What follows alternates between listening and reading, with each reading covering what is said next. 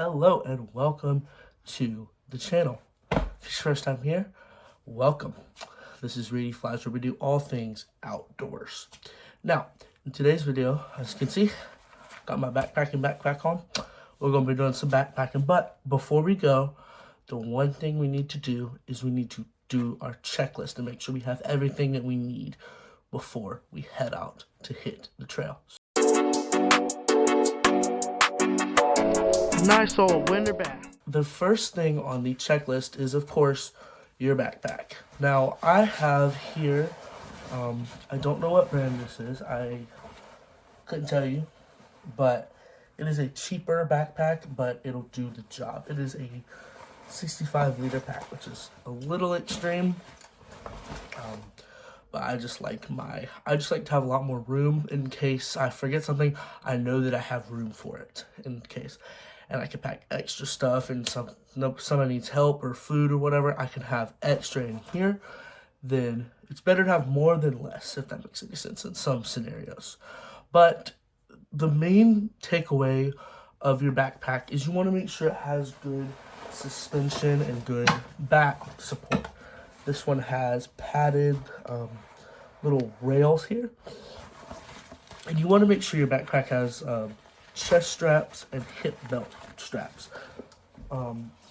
Just that way you can balance your weight more, because you want the weight to be ergonomic. You don't want to have all the way at the top and then you fall backwards, on the trail. We don't want y'all getting hurt out there. So just make sure you have a good backpack. Everybody's going to have a different preference. Some people go larger, some people go smaller. But I would say a general rule of thumb is about 45 to 65 liters is how big your pack needs to be in order for those multi-day trips. Now, if you're doing a longer trip, you can do a bigger backpack, but if you're ultralight, you can, obviously you're going to do smaller, but it just depends on what your preferences are and what you like. All right, next up on the list is our camping, sleeping, and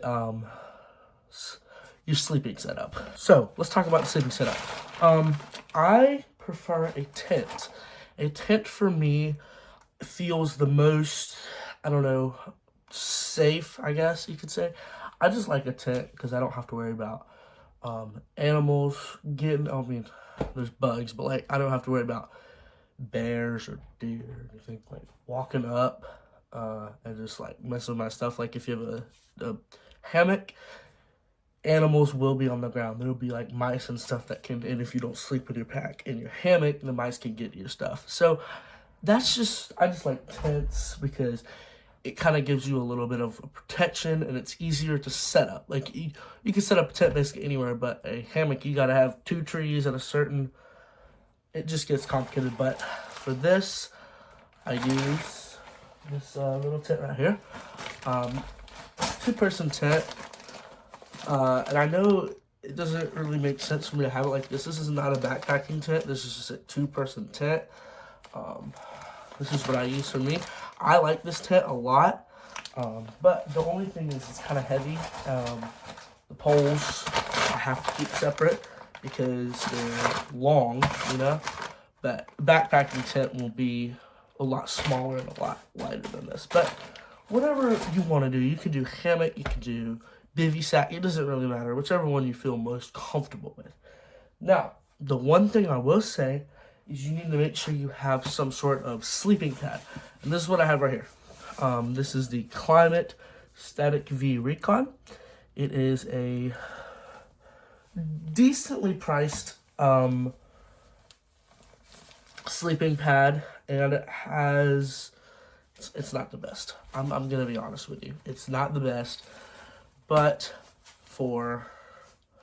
this is what I use 2 sleeping pads. If you're just gonna get one, I would recommend getting a thicker one than this. But if you're gonna do the 2 sleeping pad setup, I know people that do 2 sleeping pads and they like it like I do. I use 2 sleeping pads, and the second sleeping pad that I use is the Nemo Switchback. Now, I know some people just use one or the other. That makes sense. Some people prefer one or the other. But with this, you can have insulation from the ground, and then this is your comfort, basically. So it is a little bit of a hassle to carry this and that. You have to strap this on the bottom of your pack, but you know, to each their own, right?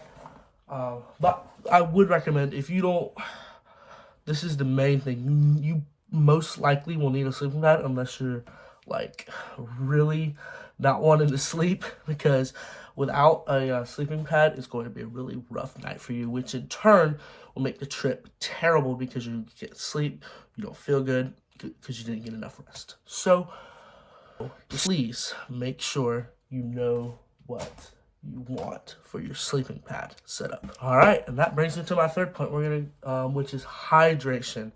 Now, hydration might not seem like a big deal. Like, yeah, there's rivers in the wild. Like, just go drink out of a river. But there are bacteria. So water in nature is not safe to drink because there's microorganisms in it, bacteria, and that sort of thing. So we need a water filter. Now, I don't know where this one that I have is. I use the Katadyn BeFree. I'm not sponsored by any of these companies, by the way. I wish I was, but I'm not. But yeah, I use this one, the Katadyn BeFree. It's about $50, and it works phenomenally. I've never had an issue with it.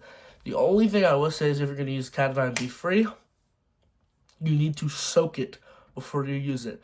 And what I mean by that is the night before you go backpacking or whatever, you could just set it in a bowl of water, clean water from your tap or something, and then let it sit there for 12 hours at least, and then the next day it'll be ready to go and it'll be ready to filter. If you don't do that, you'll have a really hard time getting the water through there, and you might break the filter.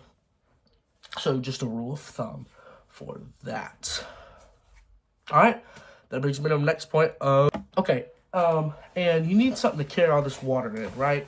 So what I like to use is I have Nalgene's. This is what I prefer to use here. These are the best because they're a liter. The water filter is also a liter.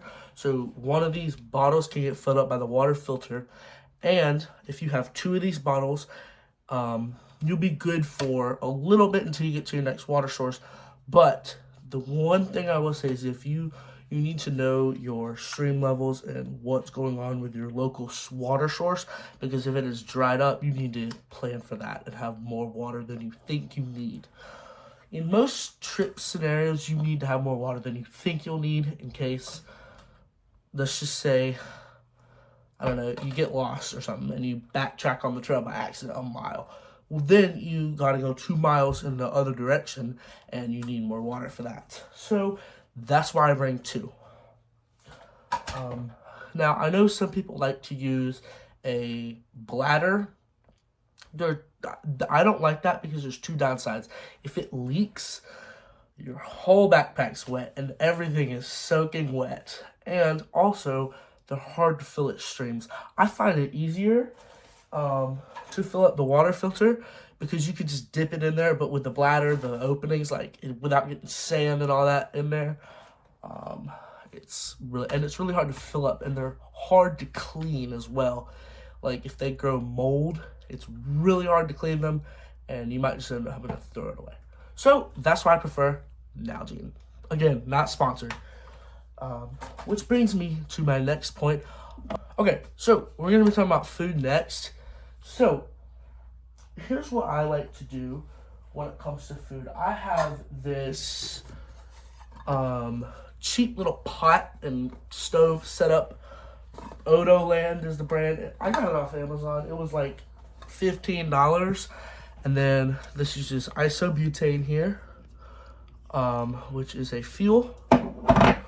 This was about $5, and this will last you, I don't know, here. I have a can right here that I've used for a year and a half now, and it's about halfway done, and we've been backpacking. I've used that stove about 20 to 30 times for like 10 minutes each, and it's still going strong. So it's a pretty efficient stove. But in here we have, this is 2 pots. So if you're backpacking with someone, you can, I don't know, give them the pot. Like if you're sharing a meal, you can give them this pot. And we all know a pot is a bowl with handles. So there's no need in bringing bowls or anything like that. Again, this I think is meant to be a bowl anyway, that you can put food in here. And your actual pot that you can cook with is about 900 mils. It goes up to 800 mils on there. But yeah, it's like aluminum, so it's pretty good. And it comes with 2 pots. It comes with this little stove and this little orange thing right here. And this is a pretty good stove. The only issues that I have with it are you can't put a pot bigger than this on here. This is like the biggest you can go before, because these arms really aren't that sturdy, and they'll kind of like, that's another thing, they'll just like flop over. But it's still a really good stove for the price. It's self-igniting, so you don't need a lighter with this. So it's kind of a all-in-one system. So but talking about meals and that sort of thing, the meals that I would use are, I wouldn't waste all of your money on those freeze-dried, dehydrated meals. If you like those, you can buy them. But if you like them and you don't like paying $10 per meal, like if you're going on a 6-day backpacking trip and you need 3 meals a day, that's 18 of those meals, which is $180. When you can buy a dehydrator for about $60 and dehydrate basically whatever you want from home. You can make a home cooked meal and then dehydrate it, and then it'll be good for a couple of months, potentially a year and a half to 2 years, depending on what you're dehydrating and how long you dehydrate it for. And if you don't want to do any of that, you can just go to the grocery store and get easily cooked meals. Like you could get minute rice, you could get canned non-perishable goods, lightweight, like you could get crackers, and you could do packs of tuna or something like that. You could do that for a meal.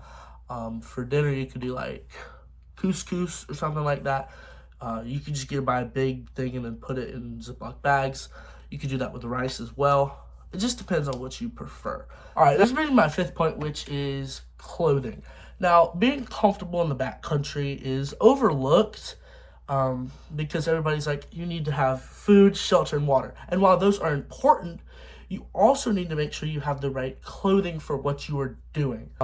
But if you're going to do layers, if it's like cold enough for layers, I would say do your base layer is going to be, you want to be like synthetic, like nylon, something that's moisture wicking and will kind of like stop moisture from building up.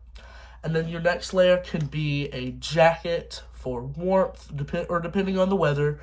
It honestly depends on what time you're going. Base layer, and then you probably need a jacket, I would say. A thin jacket. You don't want a really bulky, thick jacket. And then your outer layer is going to be something that you want to be waterproof and windproof. That way, if it's windy and raining, and it's cold, windy, and raining, you really shouldn't be backpacking. But if you are, you'll be prepared.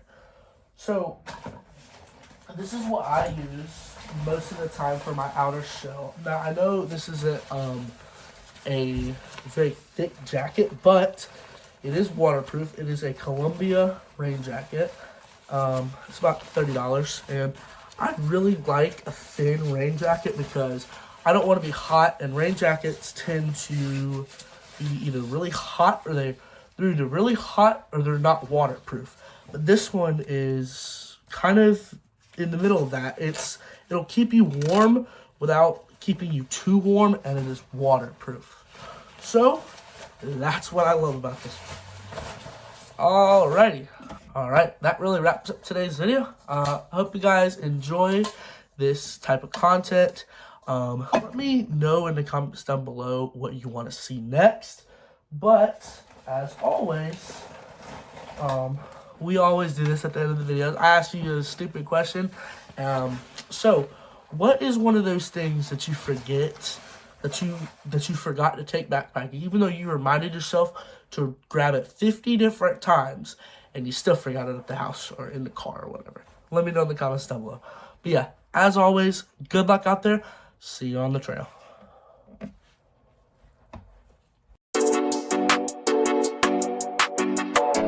Nice old winter bath.